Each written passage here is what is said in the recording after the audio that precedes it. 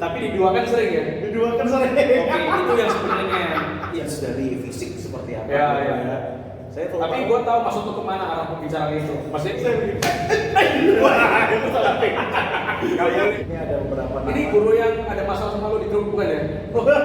Sorry guys, sorry. Nanti bisa saya cut. Nanti saya bisa cut. Ya.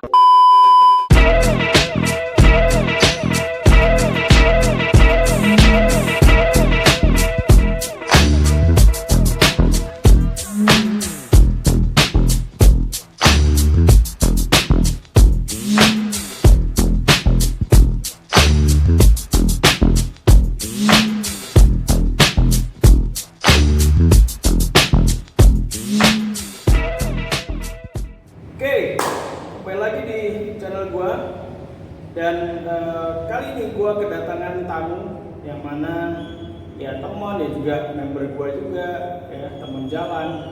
Jadi ada Erik Denura Harja. Ini cukup susah ketemu sih, baru kali bisa kesempatan. Kalau kabar siang sore emang sulit, malam baru bisa. Perasaan malam yang biasanya susah. Oh enggak ya? Oh, enggak. Dan kali ini Erik sama gue akan ngobrol santai-santai ya, yang pasti jelas membahas tentang dunia bela diri, ya tidak jauh dari situ. Dan kira-kira apa aja yang mau kita bahas, ikuti aja terus videonya. Ya, gimana kabar lu? Sehat? Ya, sehat. Waduh, kemana aja selama ini kau hilang? Ya, lagi pertemuan badan ini. Pandemik mungkin. Iya. Jadi nggak ada olahraga gitu ya. Ya, kemarin kan sempet simptom tuh lama banget. Jadi nggak ada olahraga, mau olahraga di rumah juga males. Cuma baru sebulan ini mulai rutin lagi ya. Mantap. Berarti sibuknya apa, olahraga apa nih? Biar teman-teman tahu, siapa tahu ada tips mungkin. Kalau olahraga saya sih cuma dua ya, jadi cuma fitness di gym sama bela dirinya Kyokushin Karate. Weh, ngomongin tentang Kyokushin Karate, jadi gue akan sedikit bercerita tentang profilnya Erik ya.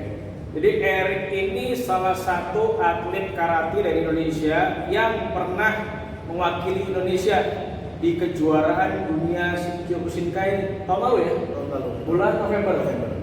Di kejuaraan 12 World Open Karate Tournament, tepatnya di Tokyo Dome. Bener bro?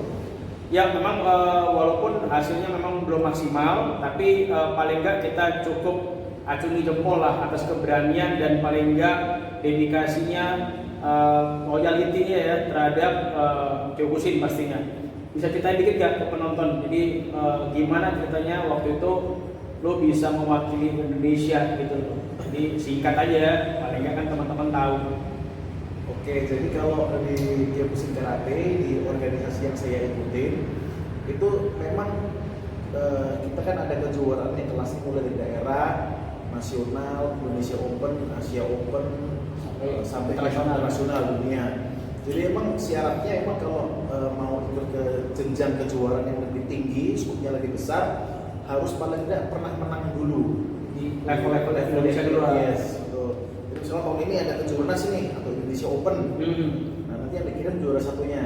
Oke. Untuk event apa nih? Jadi sebagai ajang seleksi mungkin ya? Iya, betul. Jadi seleksi paling nggak ngikutin yang dari kejuaraan daerah dulu, habis itu skala nasional, baru nanti bisa ikut yang level internasional. Gitu ya. Yes. Tapi lu udah berapa kali main? Kurang lebih selama di Kyokushin sudah berapa tahun sih? 20? 15? Belum sampai. Belum sampai. Belum sampai. Sebenarnya dari 2003. 2003 ya? SMA kelas 1. Udah lama bro. 17 tahun ya. Tapi Lama. ada vakumnya juga sih sempat. Oh, sempat berhenti juga, lanjut lagi. Iya, betul. Oke. Dia tuh berhenti. Dan sudah beberapa kali memenangkan kejuaraan. Jadi pernah juara 3, juara 2, juara 1, dan terakhir pertandingan Juara 2 nggak pernah. Juara 2. mungkin tuh bukan karate ya, itu yang lain. Maaf, ada miskomunikasi. Oke. Jadi tapi diduakan sering ya? Diduakan sering. Oke, itu yang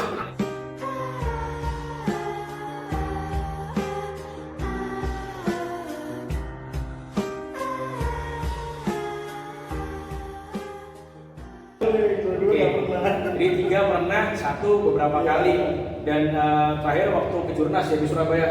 Saya nonton soalnya, Iya, gue nonton 2017 ya. di Surabaya kan, Surabaya. juara nasional. Habis itu yang waktu Open IFKA di Jakarta 2019 itu Februari. tahun lalu, Ya. tahun lalu Februari terus ada waktu beberapa bulan untuk mempersiapkan kejuaraan dunia itu. Betul. Dan waktu itu apa di benak lo kok lu yakin gitu loh? Dalam arti apakah cuma faktor iseng aja kah? Ah, gua pengen main, paling nggak gua tahu Jepang gitu, atau mungkin memang ya gua punya visi misi, at least gua bisa tampil di situ semaksimalnya atau gimana nih? Oke. Jadi waktu itu kan guru saya nawarkan. Ini ada beberapa nama. Ini guru yang ada masalah sama lo di grup bukan ya? Sorry guys, sorry. Nanti bisa saya cut, nanti saya bisa cut. Nanti saya bisa cut. Ya. Terus gimana? Jadi waktu itu gurunya menawarkan, terus? Oh gitu ya. Guru saya itu nawarkan. Kok salah tingkah gitu? Santai bro, ini kita ngobrol santai. Kalau salah tingkah Oke. itu saya wah, itu salah tingkah.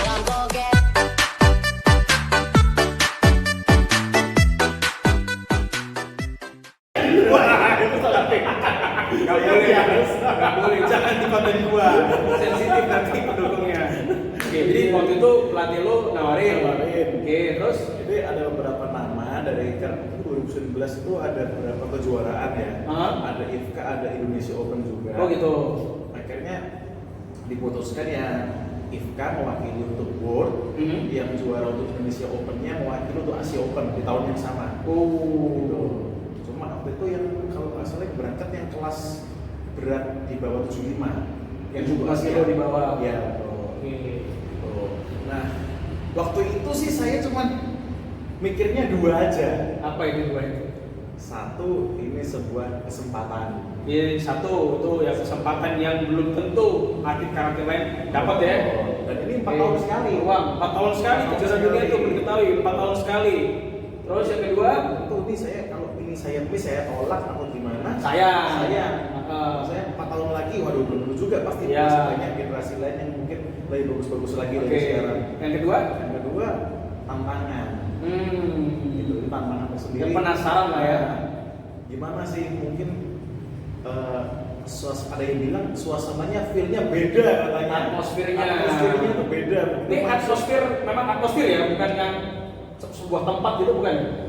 Ini atmosfer di Jepang. Oh di Jepang. Iya. Oke, mungkin teman-teman Surabaya aja yang tahu maksud saya itu ya. Karena air Muhammad sini. Ini kita ngobrolin Jepang. Oke, Jepang. Jadi pada saat lo di sana, singkat cerita, lo ketemu lawan Swiss. ketemu Swiss, terus akhirnya tidak bisa melanjutkan dikarenakan pergelangan kaki ya. Betul, Itu dislokasi. Jadi tidak bisa melanjutkan gitu. Paling enggak dia sudah ya berusaha semaksimalnya dan sempat recovery berapa lama tuh? Waduh, 2 bulan saya nggak bisa 2 bulan nggak bisa jalan ya. 2 bulan nggak bisa jalan. Jadi ya memang ini kembali lagi sebuah pembuktian bahwa yang namanya untuk bertanding apalagi udah di kancah internasional tuh sebenarnya nggak gampang. Ini tidak mudah, dibutuhkan kerja keras ya dan juga keberanian. Yang utama pasti mental ya. Yang utama tuh mental karena banyak orang yang berani tanding tapi kalau mentalnya sendiri tidak kuat ya, tidak mantap, saya kira nggak bisa lah ya. Semua kan mental lah, semua ke mental gitu. Oke, dan sekarang lu sudah sabuk dan 2 ya? Dan 2 ya. Nidan, jadi internasional. Ya, internasional. Internasional, nggak ada rencana mau ujian lagi kan? Masih belum terpikirkan. Masih belum ya? Kalau emang udah siap menantang diri lagi untuk ada kesempatan juga siap untuk menantang diri sendiri, baru saya siap. Oke, coba. Tapi itu dan 2 udah berapa lama lo posisi dan 2 itu berapa lama? Hampir 2 tahun. 2 tahun ya? 2 tahun. Tapi sama perguruan hubungan baik ya? Baik. Alhamdulillah baik guys ya, baik.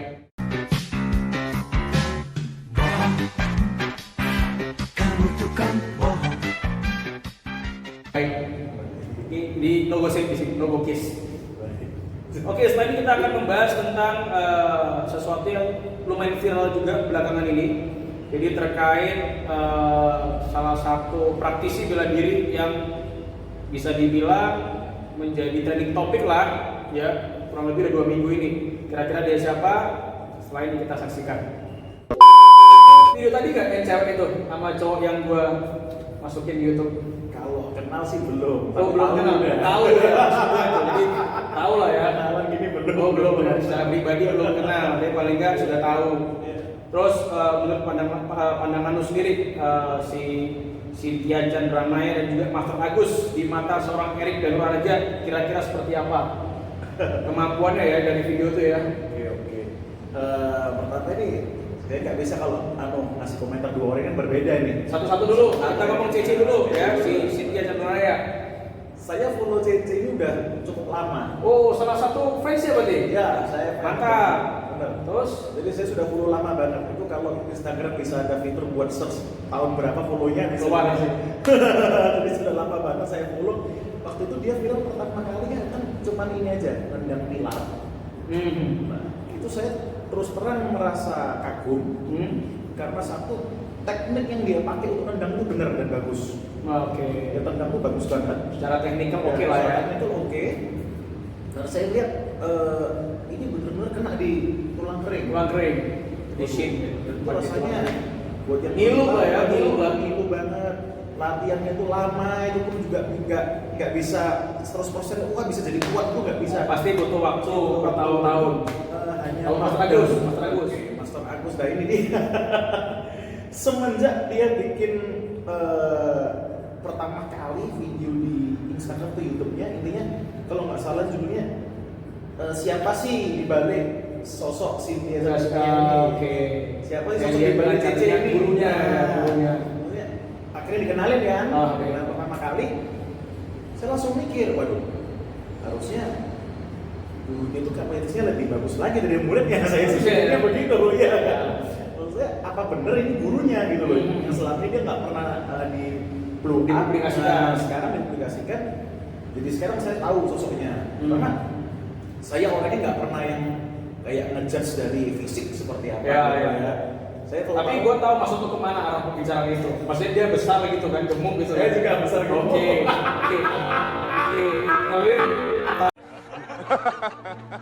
Jelas dia lincah di situ kan? Lincah. Tapi dari pribadi lo sendiri itu menganggap bahwa itu murni latihankah atau mungkin itu sekedar settingan?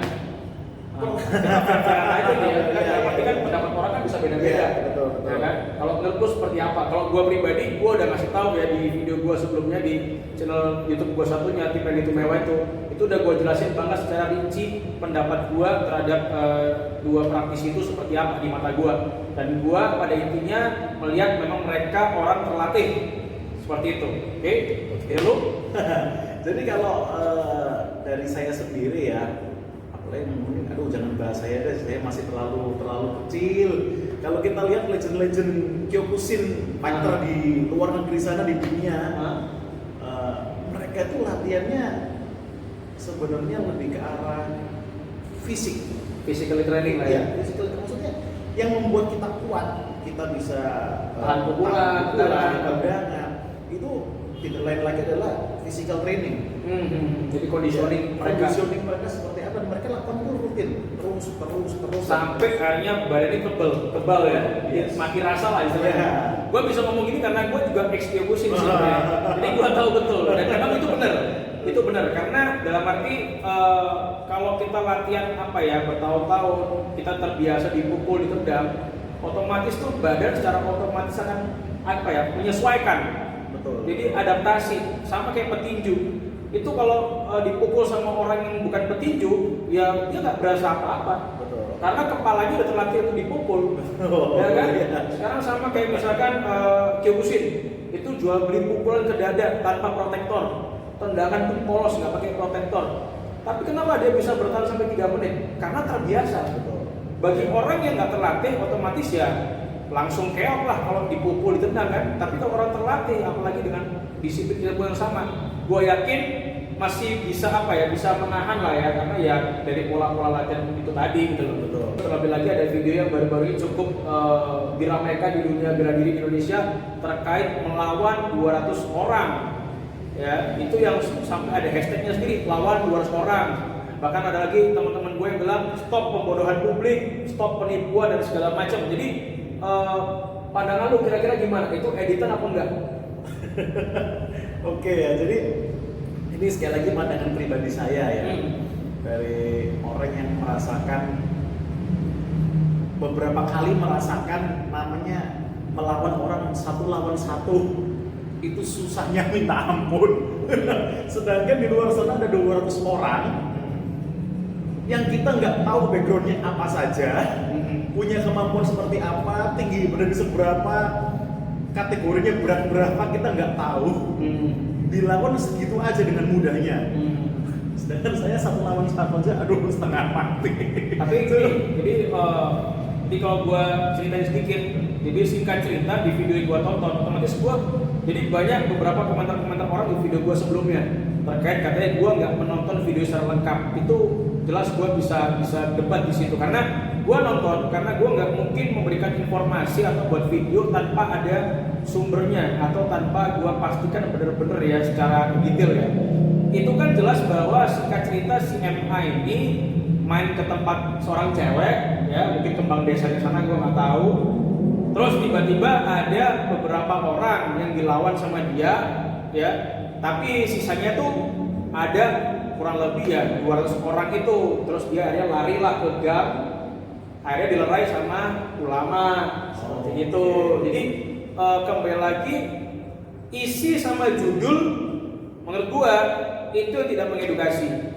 Gua pribadi tidak mempermasalahkan mau dia berantem beneran ya 200 orang, mau dia nggak berantem juga, mau dia lari dalam sempit, mau terbang pun gua nggak pusing.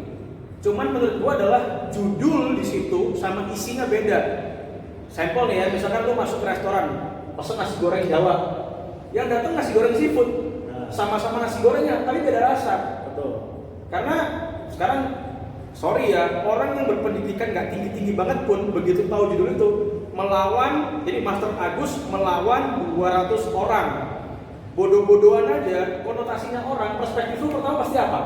Ya, dia melawan orang ada 200 gitu. Betul. Itu betul banget. Karena gua pribadi juga berpikiran awal seperti itu. Lu nggak percaya? Lu coba ambil KBBI, Kamus Besar Bahasa Indonesia. Jadi apa maksudnya melawan dan semua kalimat dilengkapi. Gak percaya juga cari guru bahasa Indonesia, ya bener kan? Coba tanya sama dia, Master Agus apa siapa lah nama gue misalkan Randy melawan 200 orang. Perspektif orang yang waras otomatis dia berpikir bahwa wah Randy bertarung dengan 200 orang. Ternyata isi dari video itu yang tidak sesuai dengan judul. Itu yang mungkin buat orang jengkel gitu loh. Kenapa kok digoreng sedemikian itu? Memang dalam arti kita butuh lah yang namanya marketing lah ya, buat supaya orang tertarik untuk nonton video kita. Cuman ya nggak gitu-gitu banget lah, gue pikir ya kan, gitu loh. Jadi kembali lagi terlepas itu dia beneran berantem apa dia lari apa dia kabur apa, kita nggak pusing. Kita cuma hanya dalam arti di sini melihat bahwa segi edukasi, kembali lagi semua ini edukasi. Ya, jadi kita tidak menjelekan siapapun atau disiplin ilmunya dia, tapi lebih ke edukasi. Lu pribadi melihat kayak ada pemecahan benda keras dari Cicik dan MA nih, itu gimana gambaran lu? Oke. Real kah? Oke.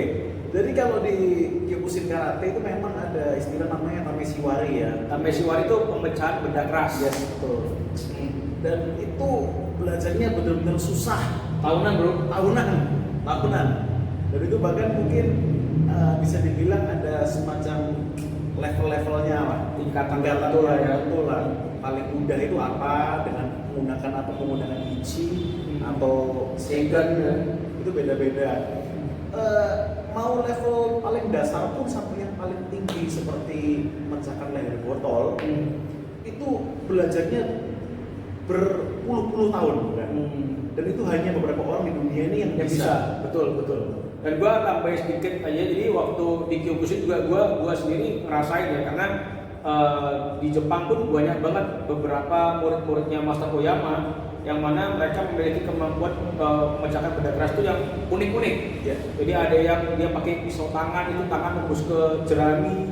Terus ada juga yang memasukkan paku ya di papan, itu pakai kepala, pakai penting bro. Jadi gini dia pukulnya, bukan pakai palu, pakai kepala. Terus ada juga yang nendang lewati lingkaran bara api, ya kan? Bahkan Master Oyama sendiri itu dia bisa memecahkan botol, ya ujungnya botol pakai pisau tangan. Dengan cepatnya tuh hanya ujungnya aja yang lepas, botolnya masih berdiri. Botolnya nggak jatuh. Dan bayangin itu di Kyokushin sendiri, gak semua orang bisa seperti itu, ya kan?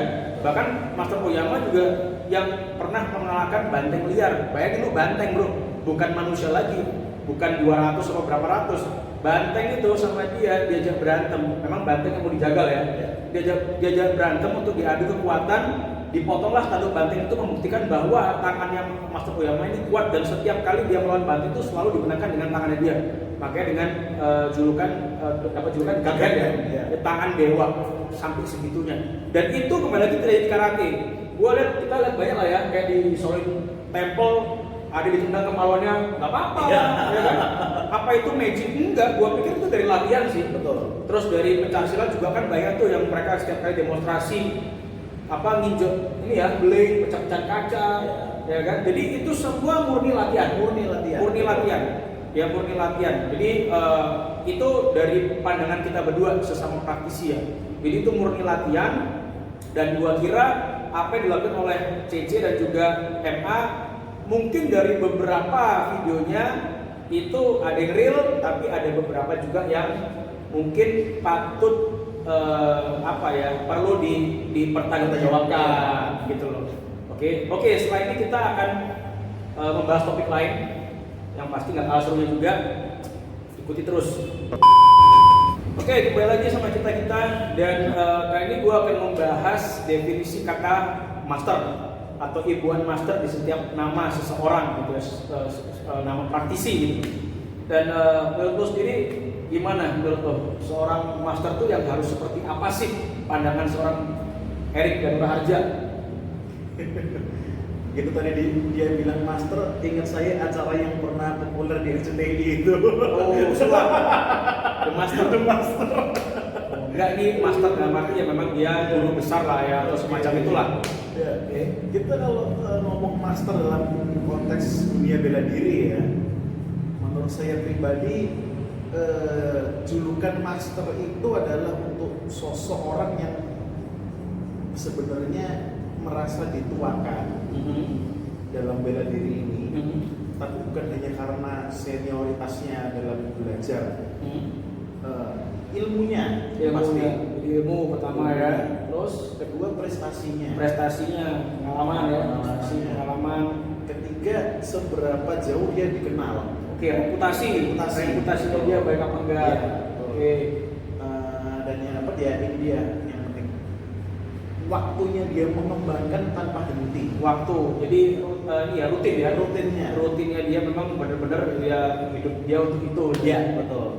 Oke. Jadi barulah saya rasa seseorang itu layak dianggap master, kita panggil master. Kalau gua pribadi master ya kurang lebih sama kayak yang lu sebutin lah. Cuman mungkin kalau gua ada gambaran lain bahwa seorang master ini adalah orang yang dalam arti dia berdedikasi penuh terhadap disiplin ilmu tertentu dan dia mungkin tidak memikirkan pekerjaan lain, dia mungkin tidak berkeluarga. Jadi benar-benar dia fokus dengan tujuannya dia untuk ya latihan lebih dalam dan sampai bisa mengembangkan dengan apa yang sudah dilalui sama dia. Selain pengalaman, prestasi, reputasi tadi itu.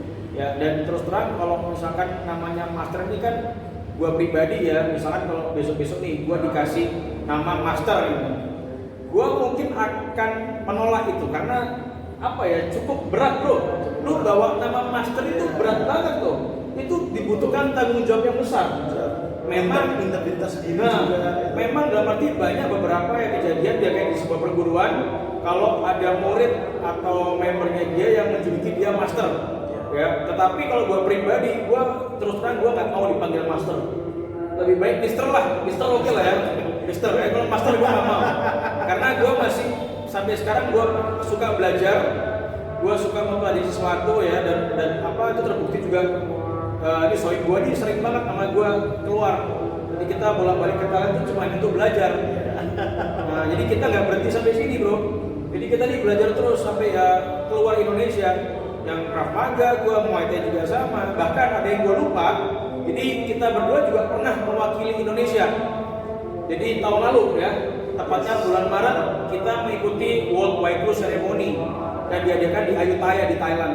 Di mana itu merupakan acara untuk menghormati ya leluhur atau pelatih atau guru kita khususnya di dunia Muay Thai dan diikuti oleh ribuan orang, ribuan praktisi Muay Thai dan ratusan kontingen dari seluruh negara. Dan satu-satu dari Indonesia itu cuma kita doang. Ya, cuma kita doang. Jadi ada gua, ada Erik, ada namanya Putu dari Malang, ada bokap gua, cuma 2 member gua, namanya Ingrid sama Vena dari Surabaya. Ya, ada foto ya, bentar.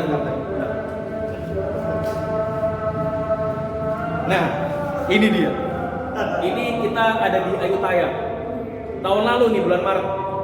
Ya, jadi kita mewakili Indonesia pada saat itu karena memang tidak ada satupun orang Indonesia yang ikut acara itu selain kita sendiri.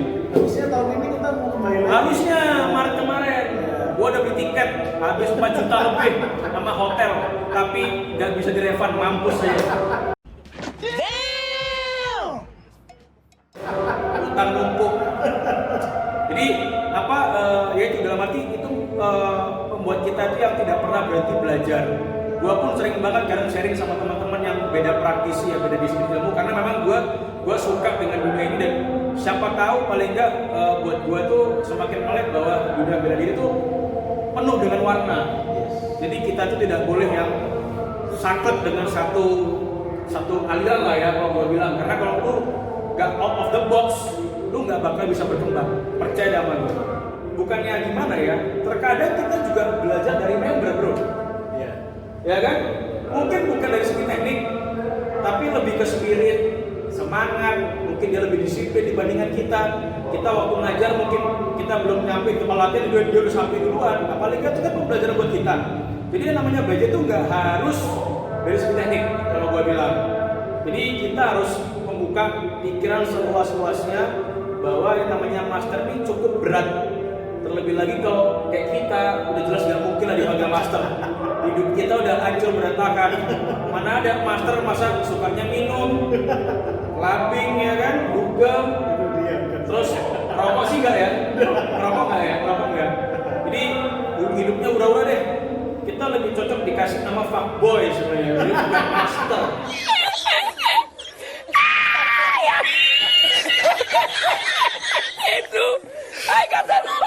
Setahu saya kalau kita lihat yang banyak yang master di luar negeri ya, mungkin Muay Thai juga pakai master ya. Biasanya usianya sudah sepuh-sepuh. Gitu. Jadi kalau masih muda, master terlalu dini. Jadi itu menurut pandangan kita. Tapi kita dalam arti terserah. Misalkan memang karena di Indonesia juga ada bro beberapa master. Kita nggak cuma ngomongin MA ya. Dalam arti lain daripada MA itu juga ada. Itu jadi yang di berbagai macam disiplin lah. Ya cuman kita nggak perlu nyebutin lah ya. Dalam arti ya itu terserah dia terserah mau berkreasi seperti apa. Kalau memang toh dia merasa dirinya master, ya sudah, gitu kan, itu suka-suka dia gitu. Kalau gua sih mister tadi gua bilang, mister aja jangan master sih ya. Oke, ini segmen terakhir lah. Kita tutup dengan mungkin akan membahas sedikit tentang street fight, ya, jadi pertarungan di jalan. Dimana ya si Erik ini juga selain dari musik, dia juga member gue di Muay Thai, dia belajar Krav Maga juga. Beberapa kali kita juga sering mengajar ya satuan TNI, ya Polri ya, dan gue sering ngajak dia juga untuk bantu-bantu gue untuk sebagai asisten pelatih. Dan kita juga pernah waktu itu yang paling luar biasa pada saat kita melatih kurang lebih itu hampir 250 personil kepolisian gabungan Polrestabes Surabaya dan Polda Jatim. Jadi bukan kita melawan mereka ya, tapi kita melatih 200 hampir 250 lah. Dan itu ada terdokumentasi lengkap ya di website kita, ada di YouTube kita juga ada. Dan lu bisa melihat 250 itu kan banyak banget bro, banyak banget loh. Banyak banget loh, 250 itu gila.